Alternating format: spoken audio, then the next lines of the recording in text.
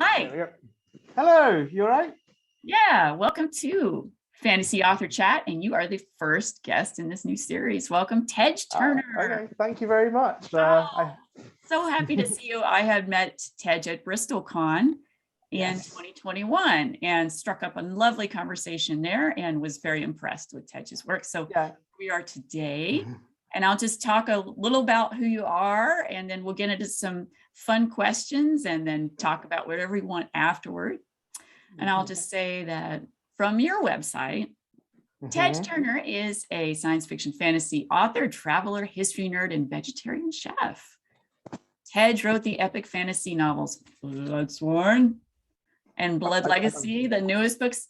Yes. And the Avatars of Ruin series, as well as urban fantasy. And we'll talk about that series too, if you'd like to show those in a bit. I have, I've got them already here at the side. All right. Long way around. There we go. And how do you pronounce that? Danusos Rises. I think that's how it's pronounced. All right. Great. Well, that's so cool. So Tej, when did you know that you were like, I'm going to write fantasy one day? How did that start for you? To be honest, I'm actually somebody who's pretty much always wanted to be an author. When you asked me when I was 6 years old what I wanted to be, I was just always saying author.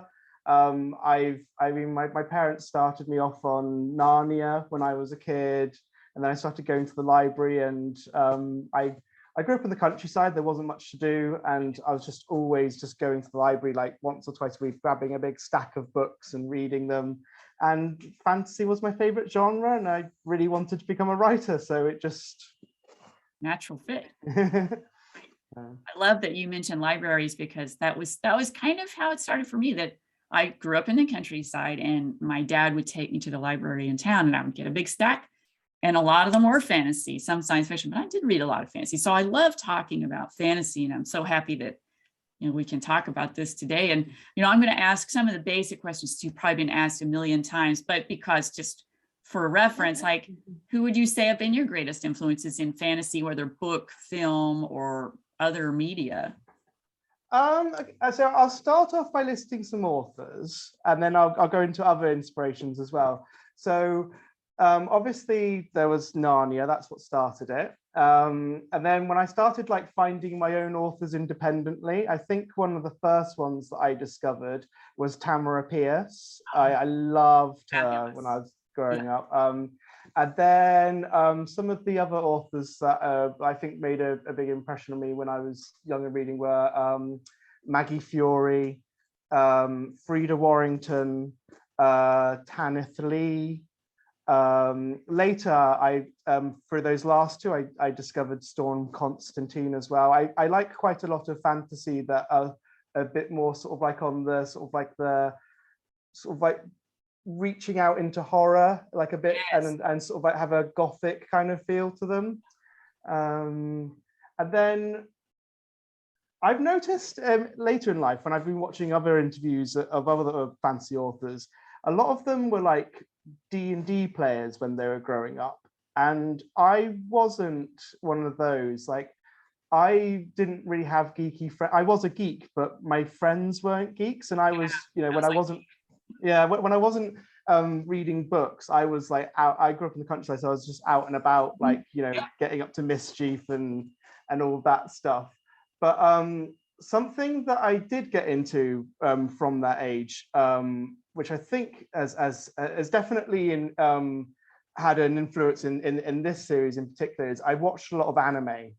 And back in the in the sort of like the 90s and the late 80s, a lot of the anime just it had like weird creatures and bio armored beings and like stuff like that, and I wanted to find a way to sort of plant those tenets into an epic fantasy setting. Awesome. And so that's what I mean, the magic system in this is, it was basically, I created a system where people get experimented on, but it's not through science, it's through ritual. And that allowed me to bring in themes of contagion and mutants and, people having abilities that were like given to them by not by birth, but by, you know, by humanity messing with nature, basically.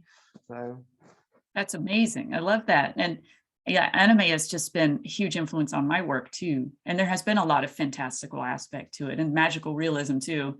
So I think that's fabulous. And I'm reading Bloodsworn right now, and I'm noticing that, you know, already there's just this strong family bond, you know, and friendship thing. And I'm loving that already, because I feel like in a lot of the fantasy I've read that I didn't really get that feeling. And I kind of feel, I'm realizing now that I really craved it. So you're really tapping into something lovely there. And I'm all about that. And I write that in my sci-fi fantasy too, because I mean, the found family, the made family, the family you came from, all these different aspects of it, so important. I think that that's an aspect of world building that isn't always flourishing in genre fiction, but when it is, it works so well. So thank you for that. Yeah, well, I'm not I'm not sure exactly how far you're into it yet, but you probably noticed that, like, you know, I've got multiple perspectives, right? Yes. And it's I like that flipping too. between them quite a lot. Yeah. But they all know each other, but not all of them get along. I think that's great. Yeah. Yeah. And that makes it more real. I like stories that find people who, you know, inherit different tribes of their society, and circumstances force them together, whether they want to be together or not, and they have to like work together to survive. And because it's I really like that sort of like that ensemble thing, and you can have all those conflicts and stuff, and them just realizing that a lot of the things that they thought separated them are actually not as meaningful as they thought they were when it comes down to it. Interesting. I think that's very intriguing. So I'm looking forward to reading the rest and then grabbing the sequel too. So will there be a third, or is it just the duology? Yeah, so I've almost finished the third book. It's been announced. Well, I don't think it's been. I mean, the end of the second book has a thing at the end saying next one, and it got the title, and it's going to be called Blood War. But with this series, me and my publisher are calling it a series, and we haven't officially disclosed how many books it's going to be. And it's because people make guesses about the way a book's gonna go based on how long the series is, you know? Yeah. And I don't want that for this series. I want to surprise people. So I've never told any lies. I haven't told any lies. But I have had quite a lot of people assume it's a trilogy, and I don't always like make a massive effort to correct them. But I've told no lies. Right. Yeah. So. Mine ended up being 4. And then now I'm going and I'm working on a collection of short stories in that universe, which will be cool.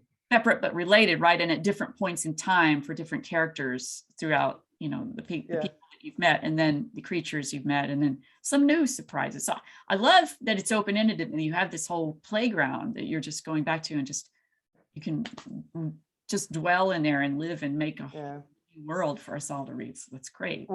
Well, I mentioned, so I'm currently reading your book. I think I'm about 60, 70 pages in. So yeah, so far I'm loving the way that you seem to be. A lot of science fiction is very materialist in its like in the way it has the world, but I'm noticing, I might be wrong, but it seems like yours might not be completely materialist, and I quite like that, because I'm not a materialist in my outlook in life. So I like when I see that in other literature. Well, I hope you enjoy it. And it definitely gets more exotic and fantastical from Ephemeris, the second book, through the end. And especially the final book, Luminiferous, is completely immersively sci-fi fantasy, embracing both.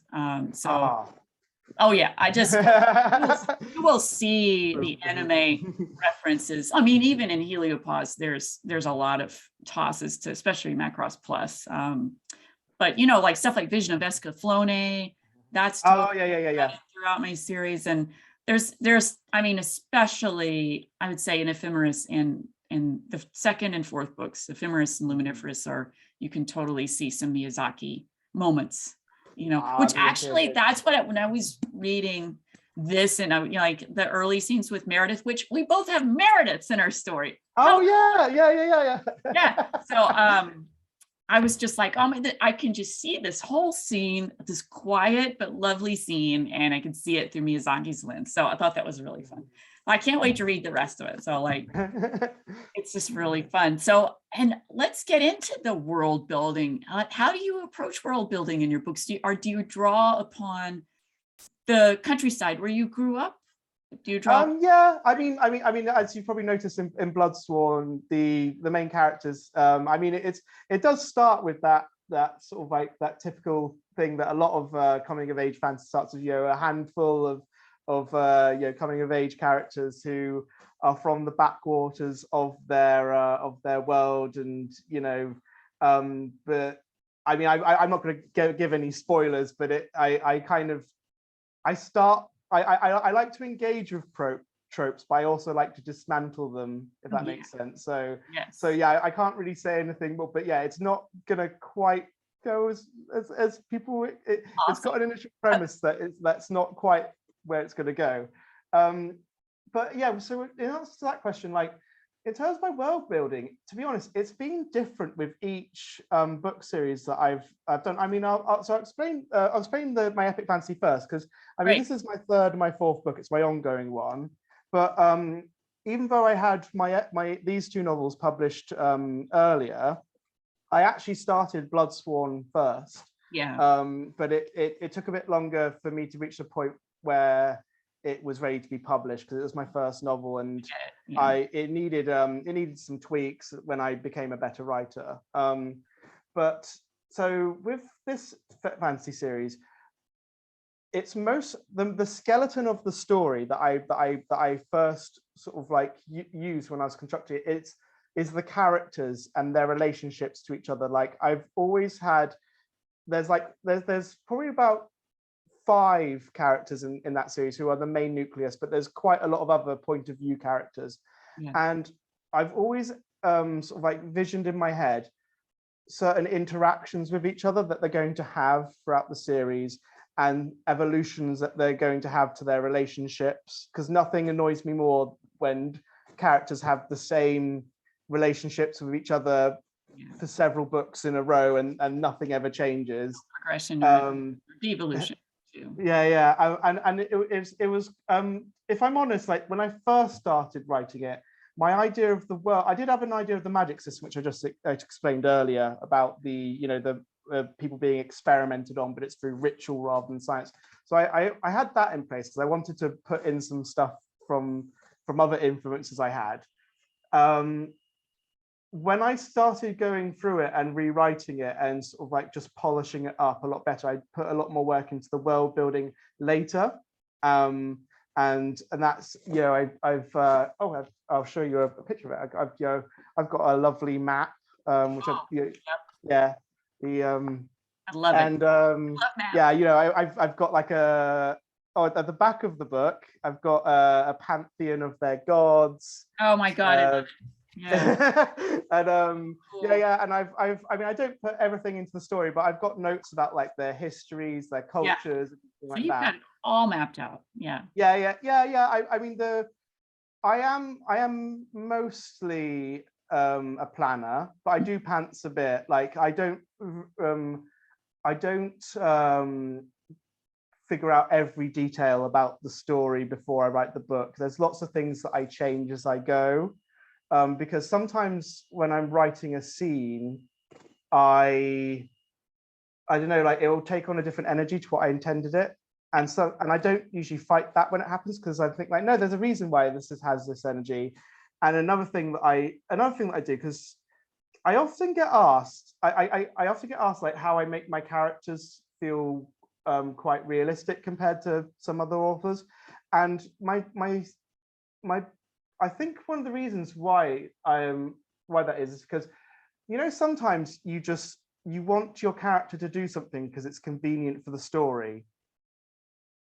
And it's a yeah, it's a thing that really a lot of TV series are guilty for this, where they make a character do something that's really just makes no sense, and you can tell it's a bit sloppy, and you just know that they just made that character change their personality momentarily just to advance the plot in a certain way. And it takes you out of the story, and it makes you feel a bit betrayed. At least it does me. I'm like, wait a minute. Yeah. Yeah, but what is because so sometimes that happens to me. Like I'll have a way that I want the story to go, and then I actually get to writing the scene, and then the character just takes over and does something else, and I'm just like, wild. Yeah, right? But I just and that's I think that's my secret as to how I approach like realistic characters. I let the characters take over the story, and I don't force them to do things that are unrealistic just to drive the plot. When that does happen, I usually find another way to get the thing that I wanted the plot to do, if that makes sense. Like I'll find another way around it. Yeah. So, and so with this series, my urban fantasy novels. Fantasy, okay. They were a bit more of a strange anomaly for me. They were completely pantsed. Like I didn't write them in order. Both of them started as short stories and I just started writing other short stories that were based in the same place. I'm doing this right now, and I'm like, should I just write a whole book? Yeah, and it's I sound really pretentious when I say it, but when I wrote those novels, I felt like I was channeling something, and because I put weird details in there, and I'd be like, why is that character carrying that with them? Why did I put that in there? And then suddenly when I get to the end, I'm like, oh, that's why. And yeah, like those were a strange anomaly for me, though, those two novels, because I didn't plan them. They were sort of like more just like flights of my own intuition. Really cool. Well, I can't wait to read those too. I gotta get hold of those. And then, next time I'm over there and you're at a con together, I definitely want them signed. So, you talk about on your website, you have a blog and you have a separate blog, and then so you travel a lot. And would you say that the traveling that you've done has influenced your approach to writing fantasy? Yes. Although not all of it. For example, when I was writing Blood Legacy, I reached a point where the characters have to cross over a high altitude mountain range, and I was like, oh, I don't have to research this. I already know what altitude sickness feels like. Yeah, and not awesome that you know from experience, but at least you can write from that experience, right? Yeah, and like in book, and in book 3, there's you'll probably notice in the map there's a jungle. That gets explored a lot in book 3, and I was like, oh, I know what it's like to live in a place that's very warm, damp, and you get eaten by mosquitoes, and but I think it. So those are quite direct ways that my travels have influenced my writing. But I think there's also just sort of like indirect, more subconscious ways. Like I know what it's like to suddenly find myself in a place where I am a stranger, a strange person in an alien culture, and I have to use my wits and find friends to get by. And I've even had I've kind of under threat a couple of times. Those are all kind of like experiences which I don't always like directly sort of like write into my books, but like sometimes just come across because those are common things that happen to characters in fantasy. Really cool. And as a road trip queen myself, and I understand that sort of you're leaning into that knowledge, that experience of being somewhere else and how that changes you, which I think travel does for us. It helps us kind of evolve, in unique ways. And it's got to affect our writing either overtly or not, right? So I think it's valuable to travel for a lot of reasons, and especially as a writer, if we can, to travel. So, but I also have to ask, since you're a chef, I want to talk about and I'm a big foodie. Okay, so Yeah, I want to talk about what you think about food in genre fiction. Like how important is that to your world building? Food in and how do you make that feel real? Is that part of your world building, or is there something you add from that experience? if I'm honest, I think I put less of that in my books because I write I'm a modern chef, and I'm not a classically trained chef. Like I went to uni and I studied ancient history and creative writing and film throughout the 2 degrees that I did. And so chefing is something that I was working part-time as a chef while I was studying, and I just sort of like gradually got my experience there, but I've never been classically trained. And because I write medieval, most of my fantasy is medieval. It's not. I don't really draw on it as much, if that makes sense. Yeah. And I don't. There's some fantasy authors who will go into loads of research about like the food and how they skinned it and things like that, and I do bits of that every now and then, but it's not I still have to research those things because like modern chefs, they're not hunting their own rabbits and skinning them themselves and cooking them over a fire and all of those kinds of things. Yeah, I do enjoy chefing, and I am passionate about food, but sometimes like it's kind of like more work for me, and so I try not to think about it as much when I'm not at work. That makes sense. Yeah, total sense. All right. So of the subgenres of fantasy, like there's like fantasy horror, there's epic fantasy, urban fantasy, and what would you say? I mean, they're always interesting, right? But do you have a favorite subgenre of fantasy? I don't know, because I'm an author who writes both like modern, magical realism / urban fantasy, and I write epic fantasy, and those are kind of like 2 very opposite ends of the spectrum. But there are some common tenets that are present in my fantasy when I write it. But I don't know, like I've read quite a lot of urban fantasy, but the urban fantasy that I've read has mostly been the older stuff when urban fantasy first came around, rather than I haven't read as much of the modern stuff, by Jim Butcher and authors like that. I'm more into like the end of it that's like Charles DeLint, where the actual magic and things like that are sort of like dialed down a bit, and it's more about it's closer to magical realism.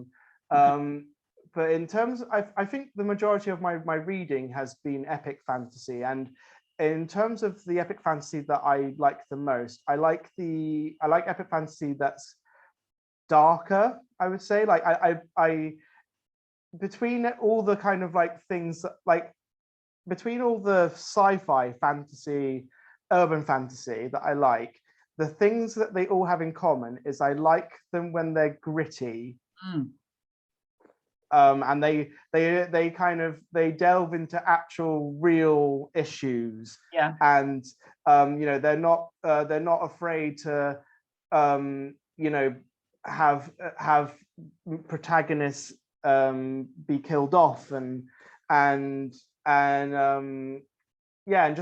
just a bit darker, because for me that's sort of like that's more true to real life, if that makes sense. Yes. I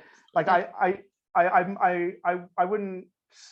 I mean, I have read and I do like some grimdark, but for me, grimdark can be a bit too bleak sometimes. It's tough stuff. Yeah. But at the same time, I don't like things that have a happy ending. I like things that have, and I also don't like things that have a completely good and a completely evil side. I like things where it's a bit more grey. Yes, I love that. And I like bittersweet endings. I don't like bad endings. I don't like happy endings. I like bittersweet endings because what life is. That speaks to me too. Yeah, Yeah. So, that's really cool. So what would you say your typical productive writing day is like? Like we all have our various yeah. habits and processes. Like what would you say when you're on, you're in it? Like, is there a Yeah. kind of day that you have that, and what do you do? I mean, I have 2 different days because I work a full-time job as well. So on a day that I'm working, I will write in the morning. If I like it, it'll either be an hour or 2 hours or 3 hours, depending on what time I start work. Because as a chef, my shifts can vary. And if it's an early shift, I'll try and do some in the evening as well. So even on a work day, I'll usually get 1 to 3 hours done. That's impressive. Not always. I'm not going to pretend that I'm like that. I never procrastinate, and I'm not. Sometimes, sometimes I do come home, but I'm just like, I'm too tired. Yeah. But I do write when I get. I only have one rule. I try to write every day. I don't put I don't say like I have to do this many words, but as long as I do something, I'm happy.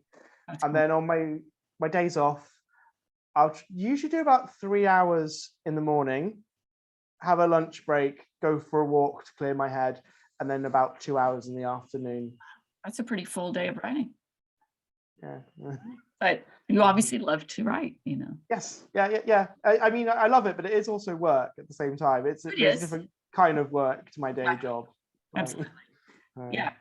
And so, I mean, is there anything like you have to have while you're writing? Do you have music? Do you have a certain snack? Is there like something, another ritual in? I have a big teapot, and I have a range of herbal teas. I love herbal teas, so I make myself a big pot of tea, and I just sit down and I'll like be constantly pouring it, drinking as I'm writing, and then when I need to refill the pot, that's an excuse to get up and clear my mind for about 5 minutes. I usually have music on, but it's softly playing, and it's sort of like it's instrumental. It generally doesn't have vocals. Classical and ambient, and yeah. Yeah, I find it hard to concentrate if there's any words in music playing near me. So I tend not to play music at all, but while I write, it's just because I start to listen to that and be like, oh, and then kind of off my focus. But sometimes it is nice to have this sort of ambient sound, or I've even played sounds for like, it feels like you're in a cafe. You hear like the clinking. Oh, yeah. Background sounds. Yes. And I kind of miss working in cafes. So I'm going to start doing more of that hopefully soon. I mean, for one of my novels, this one, The Deuceless Rises, I ended up doing a playlist on the days leading up to the launch, where I think I had like 10 songs that like had that sort of like had the same energy as certain moments in the novel. And some of them came about, like I remember like one of the scenes that I was writing, I was listening to Ludovico Einaudi, who's an Italian classical musician, and there was this one song, I forgot what its name was off the top of my head, but it really resonated with the exact scene that I was writing at that time. And as I ended up putting that song on repeat until I finished that scene. Sometimes, and it was by complete accident that it happened, if that makes sense. Yeah.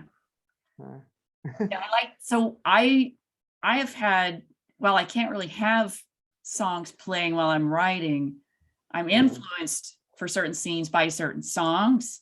And so I've also made a playlist for each of my books, and there's some instrumental, but there are a lot of, songs with lyrics and things like that kind of like, I mean, if you look, I don't know which version. Do you have the paperback or the ebook version of Heliopause?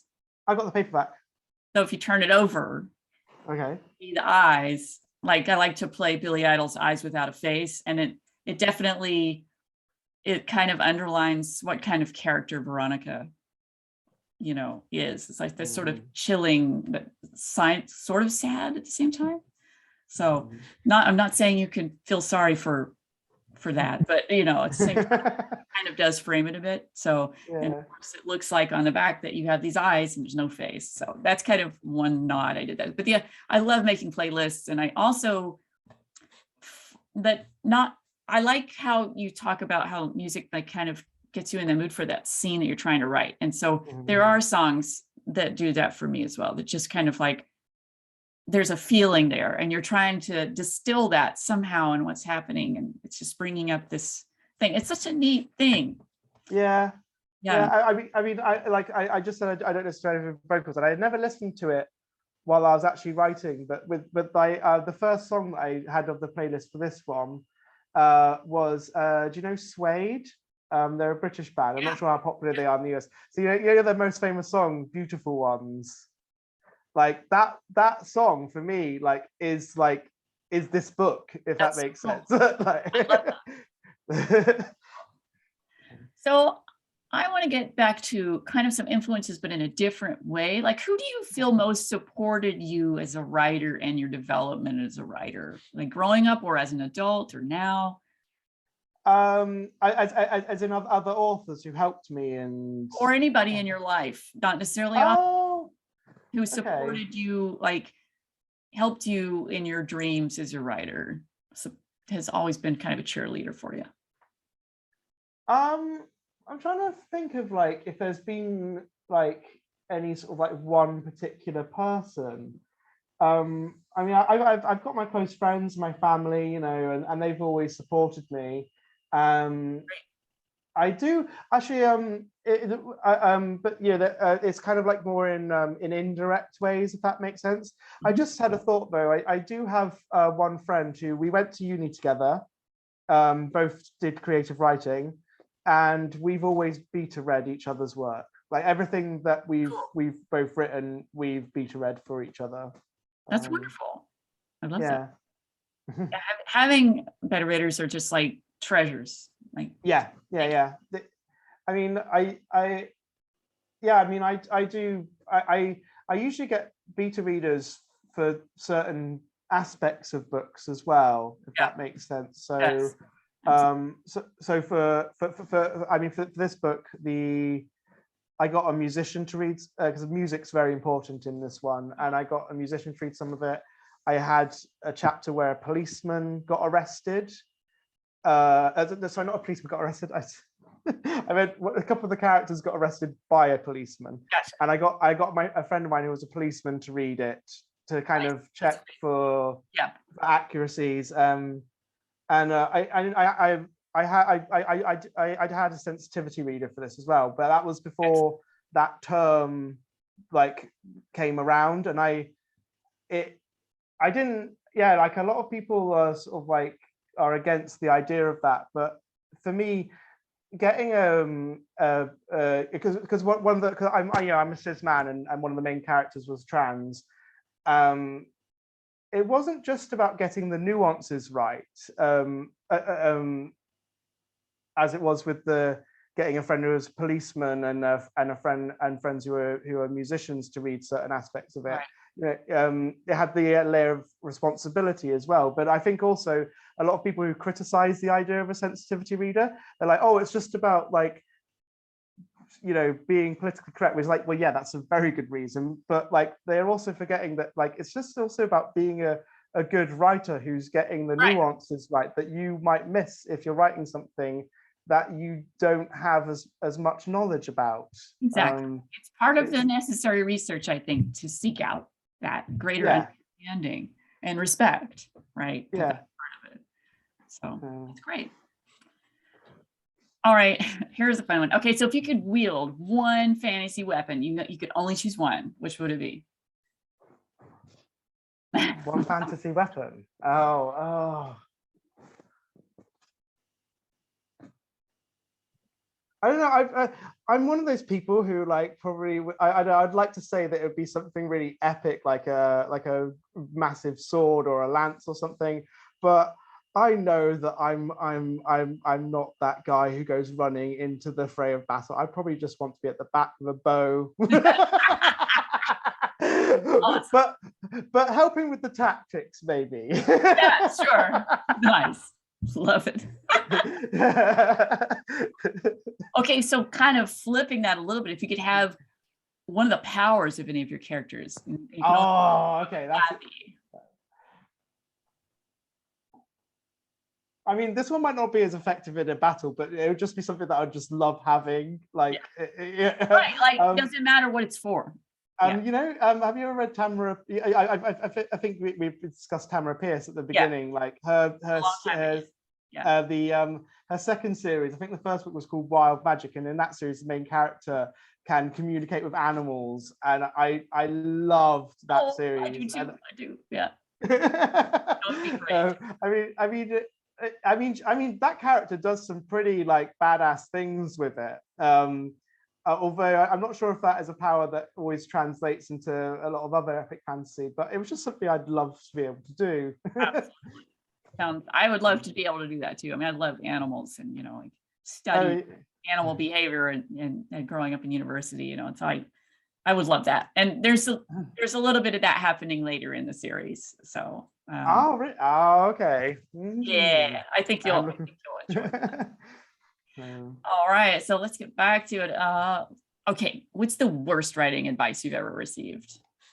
The worst writing advice I've ever received. Can I give two for this? Oh, please do. Oh my God. So one of them is show don't tell. Oh, I mean, yes. I do understand that as like kind of like helping people, like, because some people do, like, there was a period where authors did too much telling, but now I feel like that has been repeated so much that we've now got a generation of authors who I would actually say a lot of them do too much showing. Yeah. Like sometimes descriptive. Yeah. Yeah, you can kind of like see it in the writing as well. They're finding like these really forced ways to introduce like something about the story. It's just like, just tell us. Just say it. I mean, and another one is it's the same thing again. Adverbs. Yes, sometimes they're overused, but sometimes they're overused. But like, I mean, you can use them occasionally. Just for a reason, Like I've never understood that criticism either. I'm like, come on, you have. I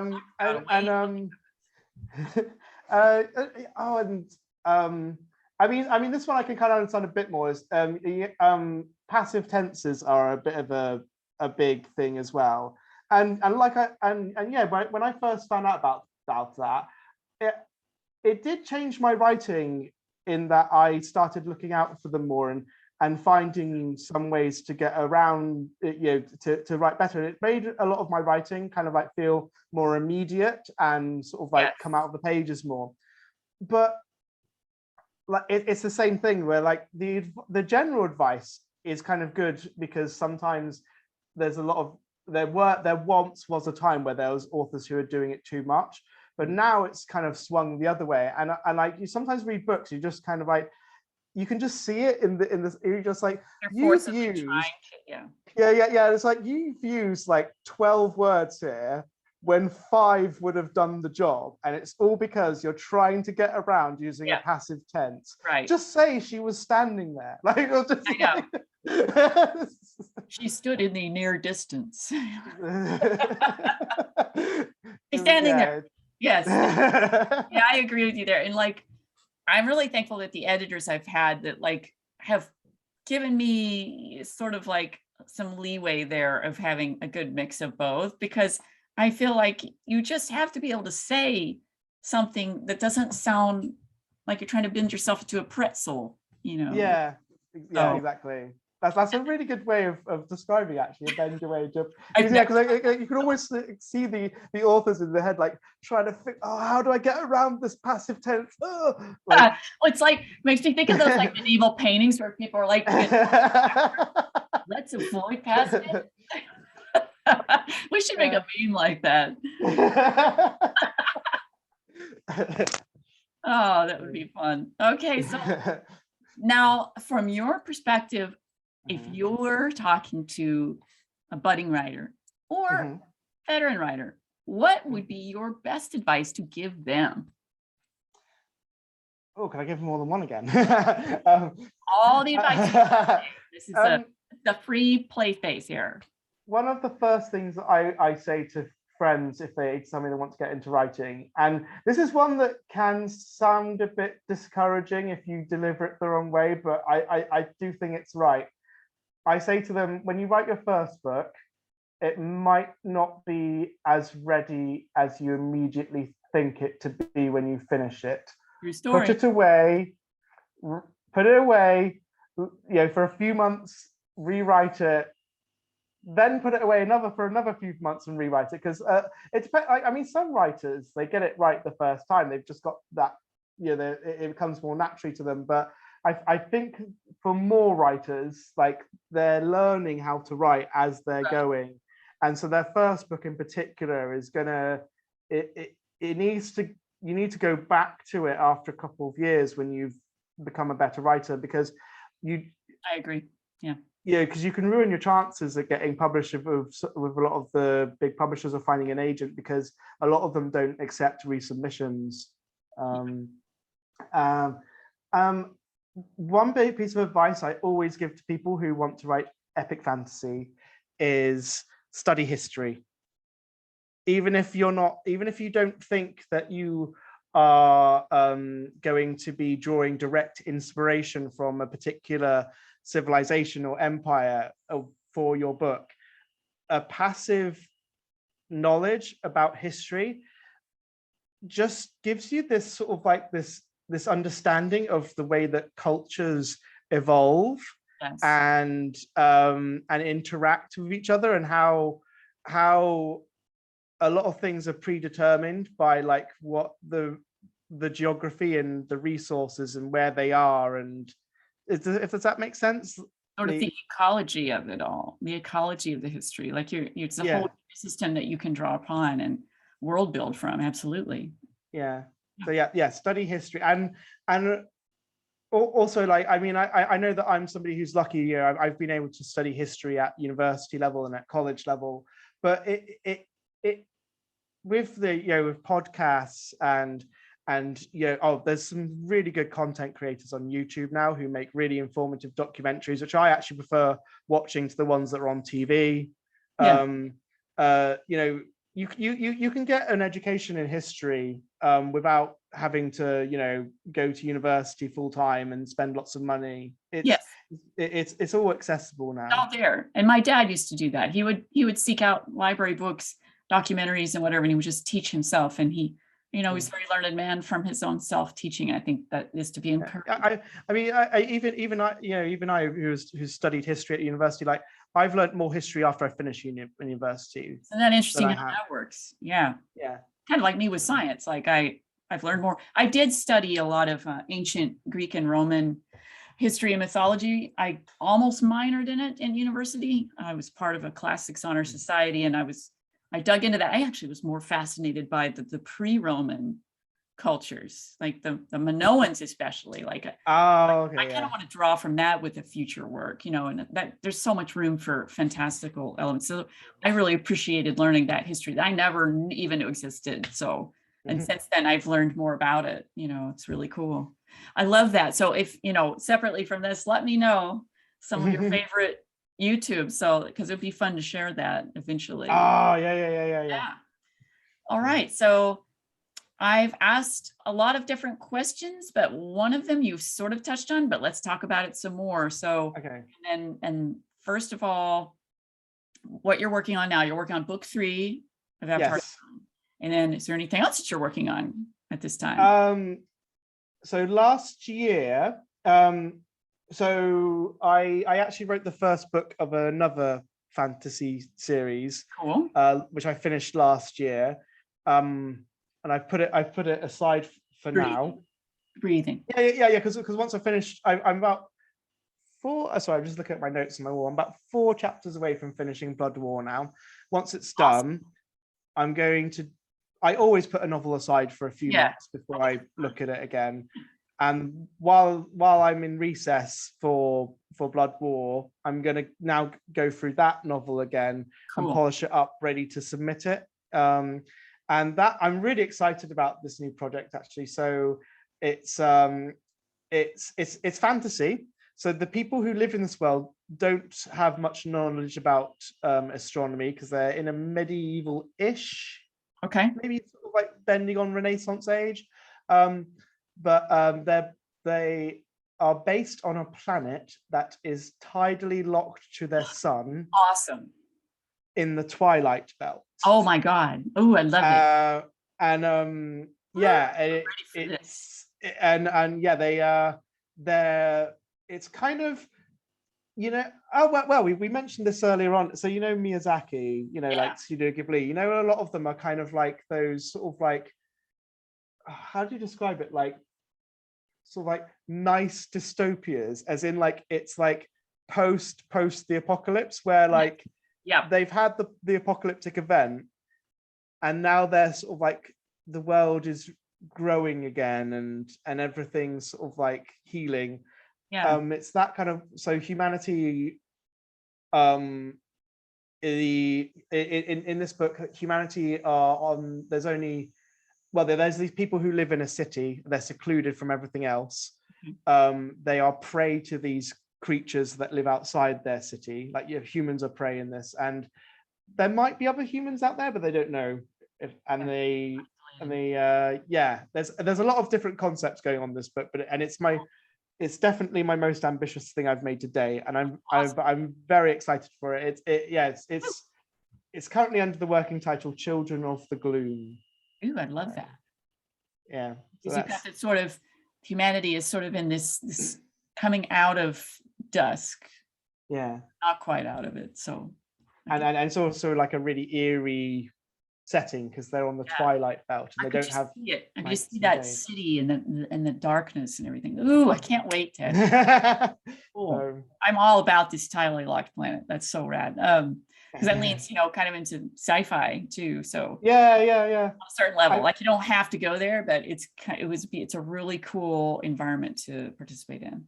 Yeah, I always even when I'm writing fantasy, I usually make my worlds a bit different. I think of them not in terms of geography, but also astrologically. So my Avatars of Ruin series, their world is a bit smaller than ours, so their gravity is a bit less. People can jump higher and stuff like that. Cool. And also they've got 3 moons. That's why people don't live at the coasts. Not places you want to be. That's really cool. I love that world building aspect. So, and so what's your, aside from what you're currently working on and this new project, do you have a dream writing project? Is there some sort of overarching goal that you haven't done that you want to do one day?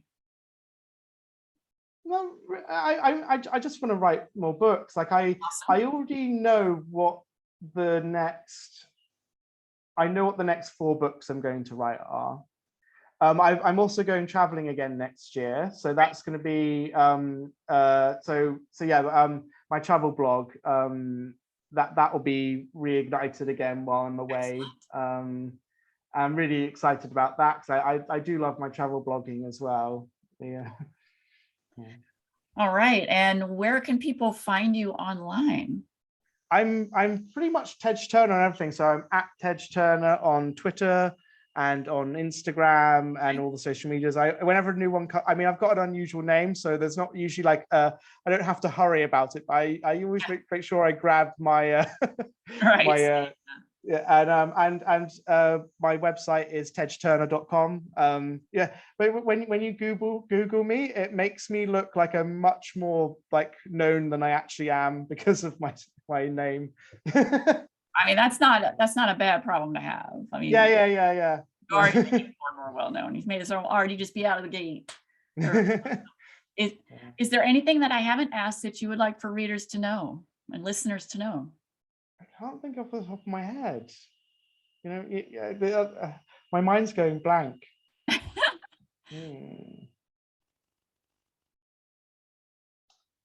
Sorry, no, I'm getting a blank here. Okay. Well, let me see if I can come up with one more question. Okay. Yeah. Oh, yeah. All right. I have it. Okay. So Okay. my sci-fi author chats, I liked to ask about kind of a void conf test, like from Blade Runner, to tell whether people were human or not. But in a fantasy slant, how would people know that you are not enchanted versus being just plain old Tej, that you're not in disguise as some other being or creature? How would we know that you're Tej? Oh. How would we know that you're not? This is really relevant to my. Oh, okay. I mean, I won't say too much because that'd be spoilers, but Okay. that's something that comes up in this book, in the series, like in Bloodsworn. Yeah, there's a, and it's different for each character. I've got one character who figures out who these. I won't say what the name is yet, but Okay. there's something going around that that makes certain people, like a bit suspicious. One character can tell, she can see auras because she's a bit psychic, so she does that. Another character who like studies their behavior. Got another character who is kind of one of them, but not exactly the same as them, and he can smell them. How would we know who's Tej and who's in disguise as Tej? Like, what's a dead giveaway that, oh, I can tell this, you're not enchanted, you're really Tej? Like, I think things that you're known for, like, for example, I'm love that people were like, yeah, it's totally Tej. Yeah. Probably for being bubbly yet nervous at the same time. I think that's what I'm definitely known for among my friends. Kind of like socially awkward, but yet when I'm with the right people, I can become a bit more extroverted. Yeah, you seemed it in person. But if somebody would be like, I think somebody took over Tej, what would be an indicator that somebody had enchanted you and that wasn't really you anymore? Or you were... What would the indicator be? Maybe if I was in a social situation and I wasn't having to drink to get through it. You can't be Tej, no. Well, yeah, I think that's hilarious. Yeah. Like, if I said I hate chocolate, you'd be like, oh my God, body snatcher. Oh, okay. Replicant, that's not her, like. Well, okay. In that case, then, if you put a meal in front of me and I didn't ask for like hot sauce or some extra chilies to put on it, my friends would be like, "That's not Tej." Awesome. Like, I get that. There we go. Okay. But thank you for the prompt there. All right, I will make a note if I ever see you eating and there's no hot sauce. So we got a problem. Or I don't ask for it. Like. Right. Yeah. Oh, that's great. Well, Tej, it's been an absolute delight having you on the first Fantasy Author Chat. Thank you so much. And I will include a link in the post to your website. And thank you. It's wonderful. Thank you very much for having me. And yeah, it's been awesome. So yeah. Thank you. Thank you.